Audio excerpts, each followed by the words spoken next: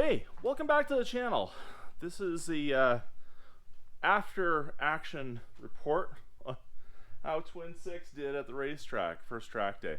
It's gonna be a little bit shorter of a vlog today just because we're kind of in between a few things that we're doing, but wanted to go over, you know, how it did, how the tires made out, and also we gotta pull off those Enkei RPF1s with the R888s because we're gonna put on the other set of rims and tires for driving around. But stick with us.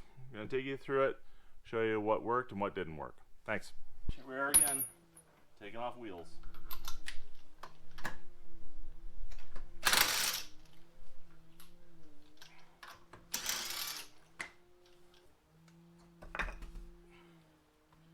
Whew. Oh, wow. Check out the back of the barrel. That's crazy. Oh my god. This is what I'm talking about with these imbalances. Check that out. Those are big chunks of rubber marbles that are coming up, typically off other people's wheels, and hitting us. So you can see, like, this barrel is just disgusting. Which is why we ceramically coated. So anyways, hope that helps.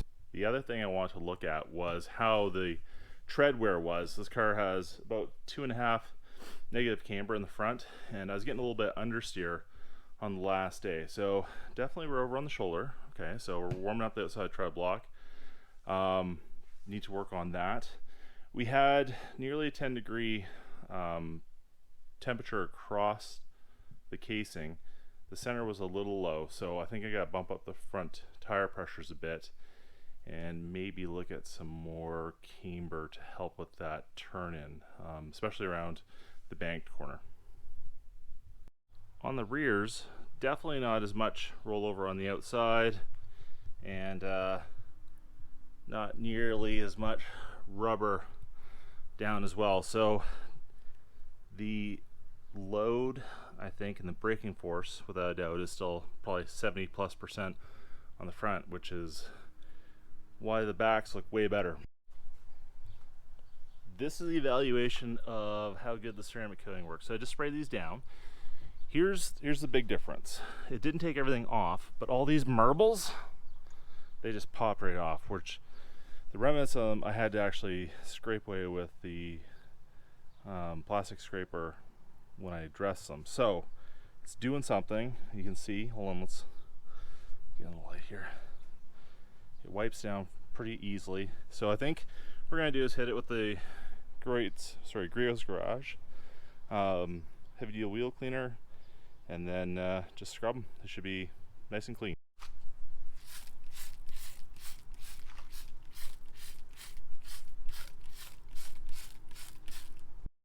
Oh man, you can really see the purple of the iron filings reacting with it now. Check this out. Wow. Gross. Wow. Okay. This is after a light scrub and rinse. Are they ready?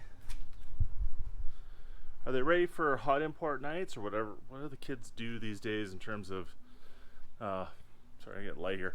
For car shows, I don't know what that is, but anyways, the fact is those would normally take me an hour to clean up, and it was a couple spritz, run the brush around, and then rinsing them off. So that's a lot better. The ceramic coating definitely is working.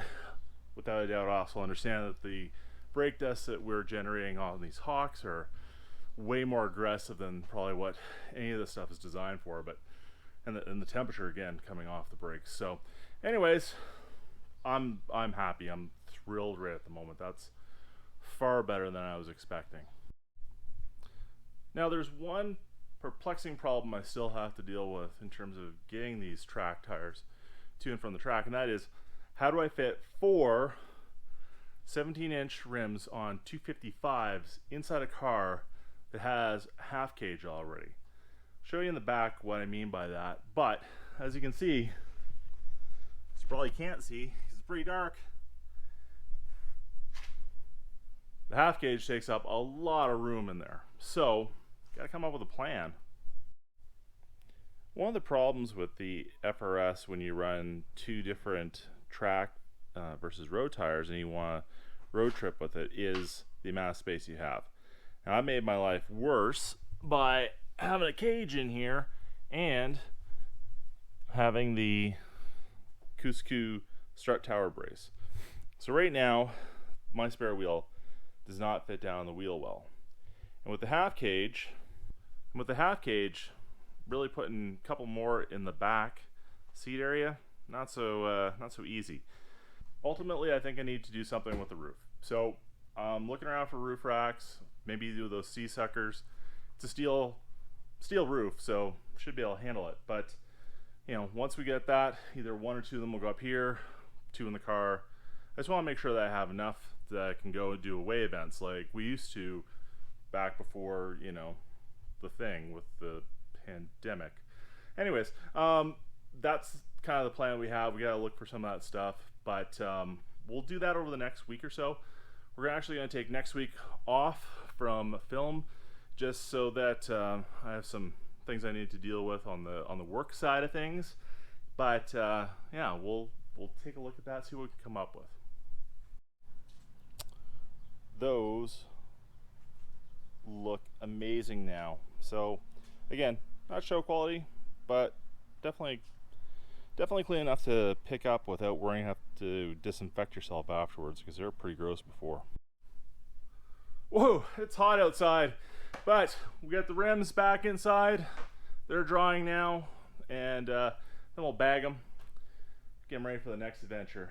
Car still needs a wash, but you know, I can't say how excited I am about that first track day. 1.7 seconds off our personal best, my personal best. I want it to be closer. It's been a while. I didn't run last year at all, so hey, it is what it is. We're gonna get better. But until then, I'm super happy with the new setup. The brakes are amazing.